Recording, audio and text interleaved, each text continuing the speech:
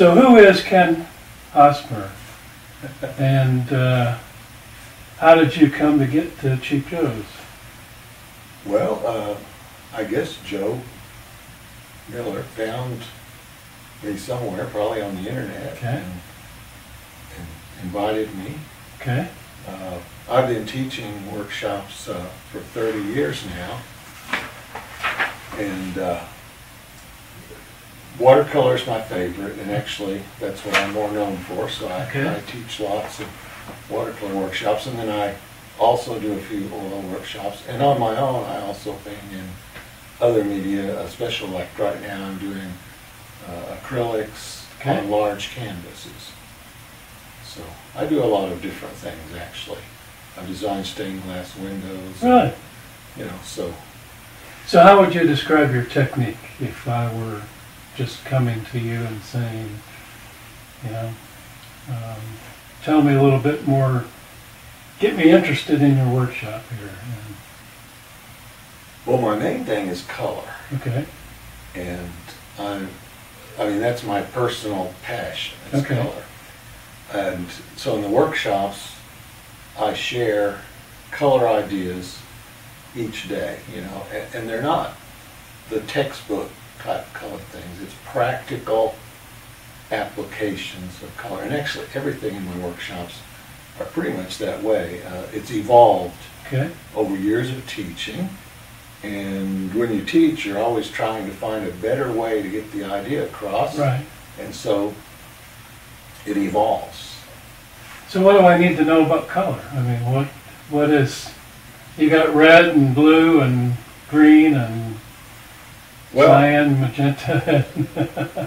When I started doing workshops, people would come to me and they say, well, I took your workshop because of your color. Okay. And after a few times, I thought, well, what am I doing differently with color that's attracting their attention? And so I started emphasizing that more, studying that more. So most people, if they're painting realistic subjects, they get latched into the realistic color that's there. Right. And I use more or less a free interpretation of color. So my presentations, my paintings are recognizable, realistic subjects, but yet the color has been exaggerated and changed, and which makes the paintings, well, Joe calls them happy paintings. So color creates a mood then? Is that what we're going for? Right, and I like my paintings to be energized and feel good. Make you feel good when you look at them. So what are feel-good colors? What are? Well, there's no specific. I mean, purple might be a feel-good color today. It's my colors vary, you know, just whatever strikes me at the moment. But I tell people that my paintings will go with any sofa. Okay. Got so many colors in them, right? My wife has made baskets for years, colored baskets. And people always buy baskets that match whatever their decor. Their decor, right. So I call them red, white, and blue, which you're talking burgundy and kind of an off-white and kind of a muted blue. Everybody loves. Now you got the fall colors and the mountains, which you incorporate some of those other, the yellows and the browns and, you know, a little bit of tinge of green and but not many people buy the fall colors, and kind of what we used to call the pastel-y colors. They are popular for a season and then they're not popular. So I guess I do understand what you're talking about. And I actually don't pay any attention to the fads or what's in at the moment. It's however I feel about the thing. And color does create a mood. I mean, you can enhance the mood with that. It's like a minor key on a guitar creates a mood, as a major key doesn't. So, well, that's interesting. So, color and composition, is composition a part of it? Yeah, absolutely. I teach some foundation compositional ideas. Again, I try to keep it very simple, but I call it workhorses. So ideas that can be applied to any subject, any media, and used over and over again. Right. And they work. So again, it's practical application, everything that I use. And simplicity. If I can get an idea and make it simpler, or trick my mind or the student's mind into believing it's simpler, then that's better. Right. So in looking at some of your paintings that you have on display in the workshop, you're not super realistic, but you are creating, I mean, you can tell the person's a person. Correct. But you're not really stressing over the detail as much, correct? Right. I'm not a high detail person. Okay. And many of the people that come to my classes say, I ask them in the beginning what they want to get out of the class, and they say, I'd like to learn to loosen up. Okay. So I guess they would consider me a loose painter. So does loose mean fast? No, not necessarily. It just means direct brushwork that tells the story without laboring it or without refining it totally. Right. So you let the paint interact with the paper some? Oh, absolutely. And determine the feel, and I guess that's loose, right? Right. Whereas wet on dry would be a little tighter. Are you doing wet on wet? Is that It's a combination. combination? Okay. And the other thing that is unusual, and again, I've done this for years, is I paint backwards. Okay. The Artist magazine did an article, they came up with that phrase, but so the traditional watercolor is to put down a glaze layer, a light layer, and then you let that dry, and another. And I just paint, I do the darks first, Okay. then the middles, and then I do the lights last, and I try to go for the value that I want. I don't try to sneak up on things. Now Value adds dimension. Exactly. Okay. And I may come back later and adjust Okay. the colors, because everything doesn't always get just perfect. Right. That's the ideal. Right. But anyway, so it's a pretty direct, pretty fast way to paint. And that leads us into the question I always ask is, you come here and you've got a full class and they come expectant. What do you want your class to, at the end of the week, what do you want them to go home with? What is your goal for these 20 people? Well, I tell them when I take a workshop, and I do, I mean, we're all always still learning. If I go home with one good idea, then it's worthwhile. Okay. But in my workshops, I hope that they get many more than one good idea. And so that's my goal, is to give each person a number of really good ideas that they can use with the way that they're painting.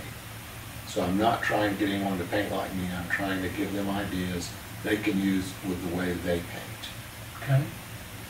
Okay. Yeah, I think that everybody's different, and we're in the art supply business, and obviously the more people paint, the better our business would be, right? So what is in your classes, do you find there might be people that paint twice a year, there might be people that paint twice a week? Is there a, what do you find as you go across the country? Well, my classes tend to be mixed, Okay. always. So there will be some beginners, some folks that are just starting out. Okay. And I work hard to give them individual attention. And then it goes up the scale, and I have advanced painters. I have people that have taken my classes 4 or 5 times, and they say, well, I heard different things this time. And I have some that have evolved into very fine painters themselves. And so again, I like that, because that challenges me to take the ideas to a higher level. Right. And I always do that. I present an idea on the basic level, and then I escalate that up higher, take it up a notch, so that it covers the whole range. Right. Well, that's pretty smart too, because I know that in my own experience, somebody will recommend a book, and you pick it up and they've just really loved that book, and you kind of go, what in the world are they talking about? Well, a year later you may pick up that book and say, wow. So by doing the basic and the middle and the kind of advanced, you're giving people that maybe they're not ready to hear the advanced part. Exactly. But they might hear the beginning part, and so your goal is to reach people where they're at, I guess. That would be exactly. And I encourage feedback from them, okay. which shows me where I need to focus, right. which level I need to focus on the most. And I tell the beginners, you know, it might seem overwhelming at first. Right. And then I even organize my presentations and I'll say, well, the first part is the most important. Right. And then the next part might be for someone else that's more advanced. Right. So I clue them into what to focus on to help them to, you know, and once you get that idea, then you go to the higher level. Right. And so. Which kind of leads me into maybe the last question, and that is that when you paint, what is your purpose in doing that? I mean, are you trying to tell a story? Are you trying to, I mean, what motivates you to put that color on the paper? Yeah, you mean when I just paint for myself? What's the driving force behind you being an artist? Yeah. What are you trying to say? I paint for the sheer pleasure of it. Okay. And I absolutely love teaching. Okay. And I love painting. Okay. And I've always just considered it a blessing to be able to earn a living at what I love to do. Right. Okay. And that's about as far as I take it. You know, I haven't put really a goal of becoming famous or high expectation. Right. You know, I just try to enjoy right. what I'm doing, and I think that shows. That's yeah. probably why I get so many students, because I'm excited about the teaching, right. and they sense that. Well, that's good. And the reason I ask that question too is I've talked to many artists now, and everybody has a different reason for doing what they do. Like Linda Baker, she wants to tell a story. Some artists kind of, like yourself, they want to reinterpret what they see. They don't care whether the tree is green. If they're not feeling green that day, they're gonna pump that color up. They're gonna make it whatever they want it to be. And so some people are kind of working on like Frank Whipp. It's all about composition. He likes the process of building a piece. And he won't put any color to it until he's built that piece. And that's what he gets off on, kind of the composition. So that's why I asked that question. And that was a good answer too. That's of the many, many artists I've interviewed, everybody has a different reason for teaching, a different reason for painting. But the one thing that everybody does have is that passion for doing it. However they express it, however it looks when they're done. And I think that's part of the whole life lesson is, you know, you can be happier by being creative. And I mean, am I wrong there? Or? Absolutely. Yeah, we need that in our lives. There's a drive to create, to make things. I think that's a big part of it. And you want to encourage people to do more of it too, I guess. Absolutely. Well, Ken, it's been a pleasure, and I hope we'll see you in a couple of years, right? I'm scheduled to come back in 2 years. I may still be here, and hopefully you'll still be here, and we'll be doing what we love to do. So, that's it.